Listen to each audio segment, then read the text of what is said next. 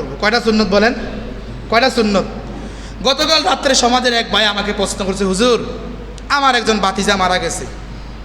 বলেন কি মারা গেছে? এটা বুঝে, এটা মিডিয়া সার্ভাইটা আমার সব বান ছাড়া দরকার নেই। যেটা সমাজের চলে ভুল এটা ছাড়া তো পুরা ইয়াম সব শুধরে যায়। কারণ সবাই কথা কইতে পারতো না, সবার আল্লাহ যোগ্যতাও দিছে না। কথা বুঝাতে পারছি না আমি? উনি বলছে হুজুর ভাতিজা মারা গেছে, আমার মা বারবার কইতেছে 3 দিনা করতো না বাবা, 4 দিনা করতো না। হুজুর আমার সময় নাই। আমি কইছি মা কদিন পরে কইরাম। এটা শরীয়ত সম্মত কতটুকু? ইতিহাসে আপনাদের পক্ষে তো আলেম আছে, আছে না নাই? আছে না নাই? একজন আলেমকে জিজ্ঞাসা করে দেখাইতে বললেন যে 3 দিনের সময় কোনো হাদিস আসছে, 4 দিনের সময় কোনো হাদিস, সম্পূর্ণ বেদাত। সম্পূর্ণ কিতা আপনি বাংলা পড়তে পারলে এরা ভিতরে আছে স্পষ্ট কথা। 3 দিনা করা, 4 দিনা করা, 40 করা, এদিনেই করতে হবে এরকম মনে করা, এটা শুধু বেদাত না চরম পর্যায়ের বেদাত। স্পষ্ট কি পর্যায়ের বেদাত? চরম পর্যায়ের বেদাত। তাহলে হুজুর আমার মন চাপা ফেললে খাওয়াইতাম না? এটা প্রশ্ন হয় না? হয় না? না হয়। 3 দিনে পারছেন না, 7 দিনে পারছেন না, আপনি দোকানে বসছেন, একটা চা খাওয়াইতে মনে চাইছে, দেখছেন একটা মুরব্বী চা খাইতেছে, আরে আমার আব্বা থাকলেও চা খাওয়াইতাম, বুঝেন নাই? 10 টাকা দান করলেন। যদি 3 দিনে সীমাবদ্ধ হইতো তাহলে বুঝা যায় পরে আর দান সৎকার করা যাবে।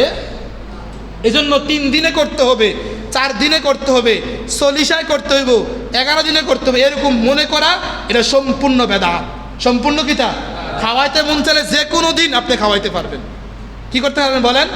এরপর আমি হাদিসে 2-3 জুমা আগে বলছি যে খাওয়ানো সৎকা 2 প্রকার। 1 প্রকার সৎকা সম্পূর্ণ, এরা সর্বোচ্চ সীমা ডাক্তারি থিওরিতে সে বাথরুমে যাইতে যতক্ষণ সময় লাগে। খাওয়াইছেন পেট বইরা, খাওয়াইছেন কি বইরা? আমার এক মুসল্লি যুক্তি দিয়েছে, হুজুর ইচ্ছা মতো খাওয়াই, শেষে সে আলহামদুলিল্লাহ বলে। বুঝেন নাই? এরকম ফসা যুক্তি ফেকফুর আলামরা দেয় আর কি, খাইতে বিল্লা। কি কয়? আলহামদুলিল্লাহ কয় না কয়? ইতিহাসের কিতাবে যত হাদিসের কিতাব আছে সব কিতাবের শুরুতে মুকাদ্দামা শুরু করছে আলহামদুলিল্লাহ দিয়ে। এবার যদি আপনি 1 লাখ টাকা খরচ না কইরা 1 লাখ টাকার কিতাব কিনা দেন, যদি 10,000 ফুলাহান পড়ে কিতাব খুললে কি বলবে? কিতাবটা একদিন না কিয়ামত পর্যন্ত। তাহলে এবার খাওয়ানো উত্তম না কিতাব কিনা উত্তম? বুঝেন না কথা?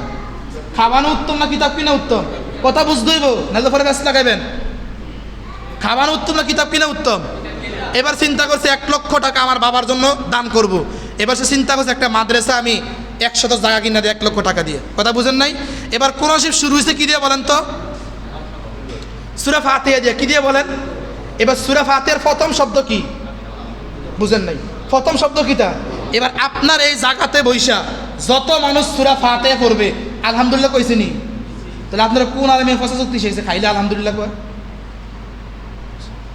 কয়বার কইছে আলহামদুলিল্লাহ বলেন খাওয়ার পরে? কয়বার কইছে?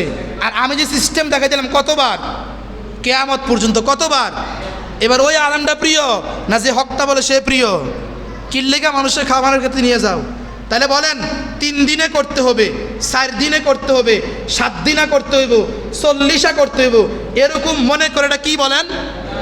দ্বিতীয়ত কথা আর একটা স্পষ্ট মিডিয়া বালা করে সার্বি, যদি কোনো আলেম আই বসতে বলে আমার সাথে সমস্যা কি? আমি তো আছি। কথা বুঝেন নাই?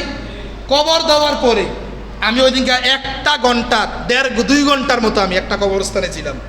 বলুন কয় ঘন্টা? 2 ঘন্টার মতো আমি কবরস্থানে ছিলাম, শুধু নৌজওয়ান যুবকদের ভালোবাসায়। বুঝেন নাই? ইদানিং আপনারা বুঝছেন বহুত দাওয়াতে আমি যাই না, বহুত দাওয়াত মিস করি আমি।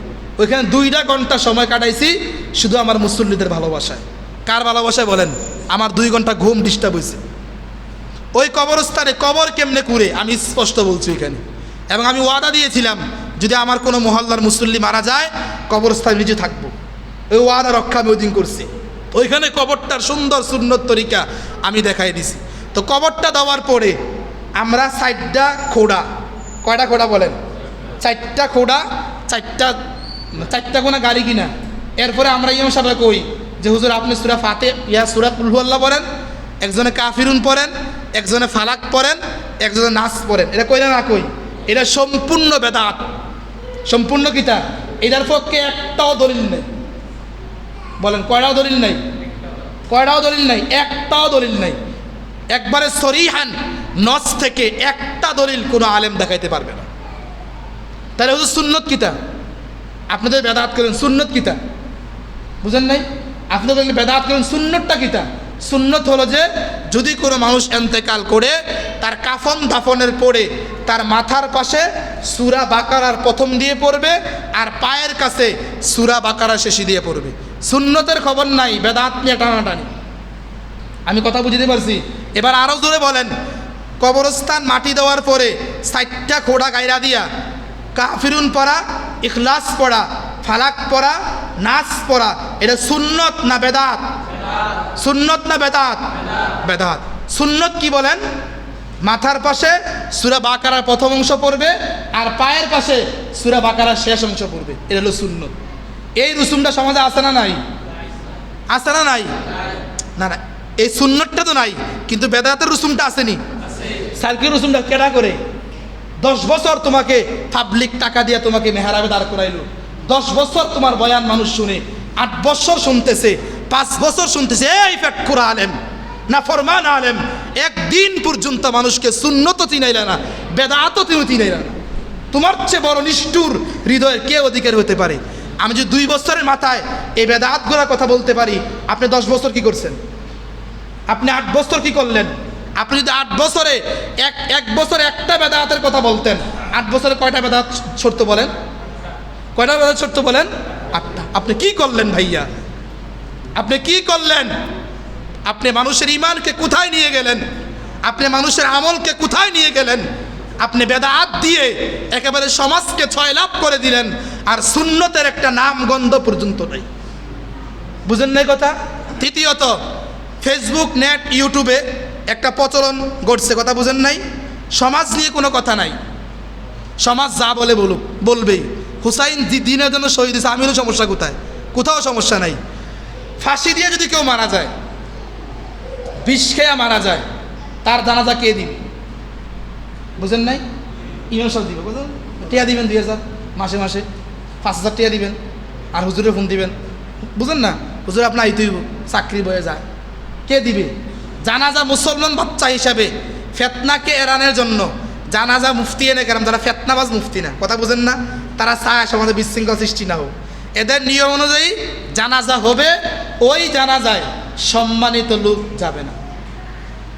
বুঝেন নাই? তো সমাজের সবচেয়ে সম্মানিত কেডায়? বুঝেন নাই কথা? আপনারা কথা কন না, সমাজে সম্মানিত কেডায়? ইমাম সাহেব। এরপরেও তো ইমাম সাহেব যায়, কত চাকরি বয়ে। বুঝেন নাই? সেক্রেটারি ফোন দিছে, সভাপতি ফোন, না হলে আপনি আসর থেকে আসবেন না। আসে না, হুমকি দেন না, আসে না নাই? তাগর ভয়ে যায় আর কি।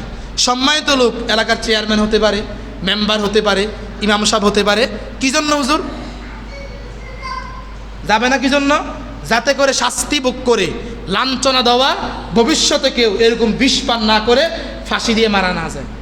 তৃতীয়ত কথা, হুজুর লোকটা খুব ভালো ছিল। লোকটা খুব কি ছিল? ভালো ছিল। কথা বুঝেন নাই? লোকটা খুব কি ছিল কই না আমরা? লাশটারে দিয়া জানাজার সামনে রাইখা আমার আশ্চর্য লাগছে, আমি একটা জানাজায় এই কয়েকদিনের ভিতরে উপস্থিত হতে পারছি না। আমার ইচ্ছা, এর আগে এই মসজিদে একটা জানাজা হয়েছে, আধা ঘন্টার উপরে বক্তৃতা দিয়েছি। বুঝেন নাই? যে যত বড় তার বাপের শাস্তি তত বেশি। কথা কথা মনে করেন, সবার নাম তো নেওয়া জানা, মনির বাপ মারা গেছে কথার কথায়। তো উনি ব্যক্তিত্ব বড়, সমাজের কর্ণধার। এবার ওনার নেতা খেতা যা আছে বক্তৃতা দিতে দিতে দিতে দিতে 1 ঘন্টা লাগাইছে। তখন আমি তো ইমাম সাহেব চিন্তা করলাম যে গত জানা যায় 1 ঘন্টার মতো বক্তৃতা, আজকে তো ওনার আত্মীয় মারা গেছে, হয়তো আধা ঘন্টা তো কমপক্ষে লাগবে। তা আমি এই জন্য দোয়া শেষ করে গেলাম, জানাজা শেষ। তাহলে বুঝলাম এর দ্বারা কী বোঝায়? যে ব্যক্তি বড় হইলে তার প্রশংসা বেশি, আর ব্যক্তি গরিব হইলে তার কোনো প্রশংসা নাই, তার কোনো কি নাই। এবার জানাজাকে লাশ সামনে নিয়ে আমাদের কিছু কিছু আলেম আছে, কিছু কিছু রাজনীতিবিদ আছে, কিছু কিছু লোক আছে, তারা বলে লোকটা কেমন ছিল, বলে না বলে। এবার যদি লোকটা সবচেয়ে বড় সুদখোর হয়, মানুষ জুড়ে কয় হুজুর আলহামদুলিল্লাহ লোকটা অনেক ভালো ছিল। কারণ সুদখোর আর মুনাফিক সমাজে পিওর লোক। সমাজে কী লোক বলেন? কী লোক? এরা সম্পূর্ণ যখন নাকি বলা হয় লোকটা কেমন ছিল, আর যখন মানুষ বলে ভালো ছিল, লোকটা যদি আল্লাহর দৃষ্টিকোণ থেকে খারাপ হয়, তখন ফিরিস্তার এমনি গুতা দেয়। বুখারীর হাদিস। কিরে তুই বলে ভালো আসলি, আয় কবরে বানায়াম তোরে। বুঝেন নাই? কী করাম? কত বানায়াম, তুই আয়, কত বড় সাহস তোর পক্ষে। এটি মিডিয়ার হাতে কি জন্য জানেননি? এগুলো সমাজে আছে। সমাজে কি বলেন আছে। বলেন আপনার মা মারা গেলে, আপনার ভাই মারা গেলে আপনি কি এগুলা করবেন? আপনি করবেন? এরপর লাশকে সামনে রাখে আপনি কি বক্তৃতা দেন? হাদিসে আসছে নবীজি সাল্লাল্লাহু আলাইহি সাল্লাম বলছেন, যখন কোনো মাইয়াত মারা যায় তখন তোমরা জলদি করে তার কাফন দাফন শেষ করো। কি করে বলেন? জলদি করে। এখন যদি আপনি জানাজার নামাজের আগে আধা ঘন্টা বক্তৃতা, নামাজের পর লাইতে উষ্টাই আধা ঘন্টা লাগান, এবার লাশের কষ্ট হয়। আপনার শেষ মুহূর্তে আপনার সন্তান আপনাকে কষ্ট দিয়ে দেয়। এই জন্য মেরে ভাইয়া, বেদাত কখনো করবেন না। বলেন কি করবো না? বলেন বেদাত কখনো করবেন না। লাশকে সামনে রাখা কখনো বলবেন না লোকটা কেমন ছিল, লোকটা কী ছিল, কে ভালো জানে? বলেন কে ভালো জানে? দেখেন গতকালকে যেই মেয়েটা মারা গেছে, অনেক নৌজওয়ান যুবকেরা আমাকে বলছে, হুজুর মেয়েটা খুব ভালো ছিল, দেখলেই সালাম মুসাফা, ভাই কেমন আছেন, একেবারে হাসি দিয়ে কথা বলতো। কথা বুঝেন নাই? তা আমি উত্তর দিছি, ভাইয়া আরে মানুষ ভালো হোক এটা কোনো আসে যায় না। আল্লাহ যাকে ভালো বলে সেই ভালো, আর আল্লাহ যাকে খারাপ বলে সেই খারাপ। তো ভালো কার দৃষ্টিকোণ হতে বলেন? কার দৃষ্টিকোণ থেকে? আল্লাহর দৃষ্টিকোণ থেকে। সোনার বাংলা কলেজের এক লোক মারা গেছে বিষ খাইয়া। কথা বুঝেন নাই? সভাপতি সহ সবাই আমার রুমে ছিল, জানাজা আপনি পড়াবেন। সে মৌতের আগে রেকর্ডিং করছে, হুজুর আমার জানাজা ইমাম সাহেব পড়াইবেন। তার সাথে ভেজাল ছিল আমার, এরপরও মানুষ ভক্ত আছে না, বুঝেন নাই? তা আমি তো পড়াতে আমি নিশ্চিত, বুঝেন নাই?